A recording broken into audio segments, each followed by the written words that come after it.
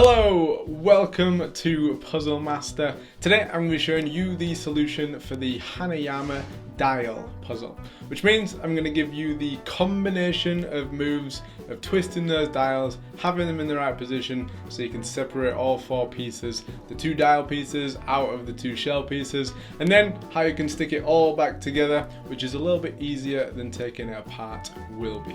Now the dial puzzle is a level 4 out of a possible 6 on the Hanayama difficulty scale, and it is a level 8 out of 10 on the Puzzle Master difficulty scale. Now if you haven't got the dial puzzle already, then you can pick it up from our website puzzlemaster.ca. And without further ado, let's crack on with that solution. Okay, so here we have a fully assembled dial puzzle. Now, there's a few different aspects to solving this one. A lot of them involve quite a bit of precision. So, if there's a few things where you are struggling to find a position where it sort of slides open, for instance, just play around with the positions of these dials when we're in those certain positions, and eventually you will get what you want in either putting it back together or separating it in the first place. So what we need to do for orientation purposes, I'm going to call the two black pieces the shell pieces, and then the two silver bits in the middle the dial pieces. Now the first thing you might have already noticed is that the two dials have slightly thicker or differences in their thickness. There is one bigger bit on this side and one thinner bit on this side. Now for that, it is important that we get the thicker side on the face of the shell piece that has the Hanayama engraving. So on the shell pieces, you'll have a Hanayama engraving on one side and a dial engraving on the other. So the dial side has the thinner of the two dials, and the Hanayama side has the thicker of the two dials on its side. That's very important because it makes the other moves or the next moves redundant if you're not in the right position with these two dials. Next, what we need to do is we need to line them up flat so that they are in sort of the right dial, the right shell pieces for the next move, so that we can then open up the dial slightly. So what we're going to do now is focus on the two dial pieces. Now we're going to spend most of our time looking at the shell piece with the Hanayama engraving, which is the thicker of the two dials, if you haven't got that yet. And what we want to do is we want to orientate this dial in this position here. So the dial is sort of facing to the left and below the Hanayama engraving. And when we're in that position on this side, we're going to flip around, and on this side we want the dial to be facing down in this position here. Now, this is one of 4 possibilities for positions in this position, if that makes sense. So for instance, if I was in the right position now, or the right orientation with these two dials, I would be able to open up the dial very slightly. Because I can't, I know that one of these dials, at least one of these dials, is in the wrong position. So keeping that dial, the dial side in the same position, I'm just going to flip the Hanayama side around to this position, and you'll see already that we have now slightly opened those two shell pieces. So I am now in the right position with these two dials. If I wasn't, all I would have to do is do exactly the same with the dial side. Try it around, flip it around 180 degrees, see if it's open. If it doesn't, flip that one around and then see if it opens. One of those 4 positions will get you to this position here, in which we have slightly opened the dial, the shells of the dial. Now, what we need to do, it's very important the order of these moves. So focusing on the Hanayama engraving side, we're going to turn this dial anti-clockwise until it's in a north-south 12 o'clock, 6 o'clock position, and nothing will have happened when you do that.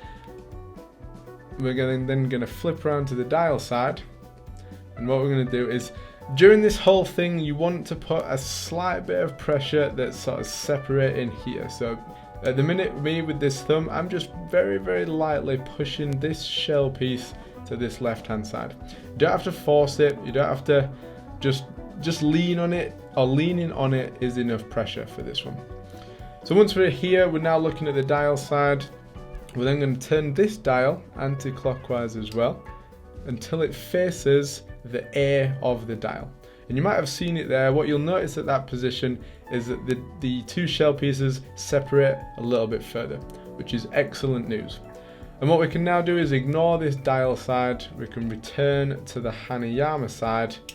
And from here, we've pretty much solved it. All we need to do now is, with that bit of pressure pushing the shell pieces apart, all we're going to do is turn the Hanayama dial anti-clockwise until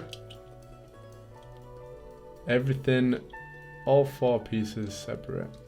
Once you get to a point where you can see a gap in the shell pieces up here, you are then at a point at which you can just turn the dials and separate all four pieces just like that. And putting the dial back together is much simpler than taking it apart. The first thing you need to do is identify which of the dials is the thicker dial. You can do that just by looking at the thickness quite easily, or it's the bit with the mazing as opposed to the bit with the two knobbly bits. So we're going to take the Hanayama side of the shell pieces, we're going to put the thicker dial in there, we're going to put the other dial, the other dial in the dial shell piece. The position of the Hanayama side doesn't matter, but the position of the dial side does matter. We want those two knobbly bits to the left hand side of the puzzle, of the shell piece, as we're looking at it in this position. What we're then going to do is put these together, and you'll notice that the two knobbly bits now get in the way of pushing these shell pieces back together. So all we have to do is tilt the dial into this position, so we're at a slight angle there, and we can then push them together enough to then flatten that piece out. And you might hear a click when the two pieces connect together like this. Now all we have to do is the alternate to what we did to taking it apart. Instead of a slight bit of pressure pushing them apart, we're just going to have a slight bit of pressure pushing them back together. And by pressure, I mean literally just holding them in place. And what we then have to do is, all we have to do is turn the Hanayama dial clockwise, and it will slowly start to click back together. And all we do is keep turning.